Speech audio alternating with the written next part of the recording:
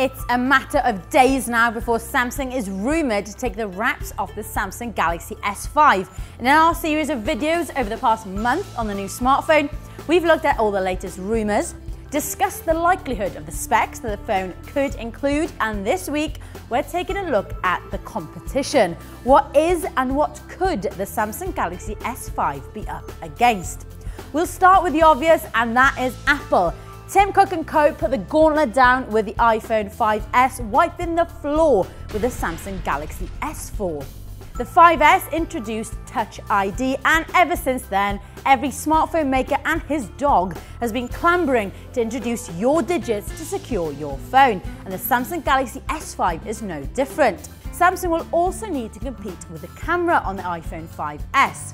The innovation within it includes a bigger sensor, a boosted aperture up to f2.2, and of course, the much talked about slow motion video capture.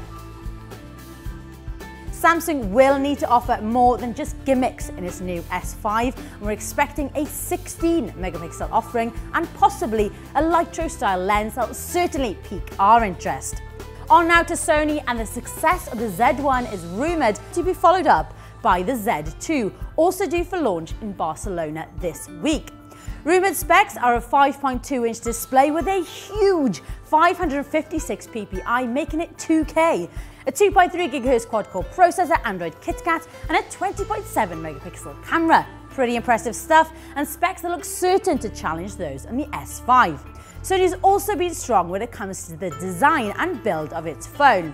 If Samsung wants to compete, then surely it needs to drop the plastic and opt for glass or metal.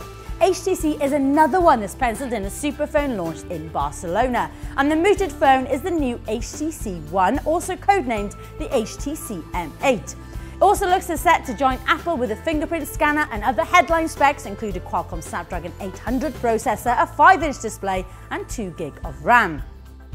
It'll be an ultra-pixel offering with a camera and a 2.1-megapixel front-facing camera, and rumours have also emerged of a dual camera on the back of the phone. But with all those specs, it's the UI that Samsung will need to compete with, as the specs are fairly similar. With HTC looking to update Sense, could Samsung port its magazine UI seen on the Note Pro range to the S5? We've certainly got our fingers crossed for that one. Finally, the Nexus 5, and it was the first to come out of the blocks with Android KitKat. And the S5 will surely follow suit, but where the S5 needs to compete is the price point. The Nexus 5 proved that you could get a low-price phone, but with a high-end features like wireless charging and a fantastic screen. If Samsung is looking to tempt folks away from Google's own, then as Bruce used to say, the price needs to be right.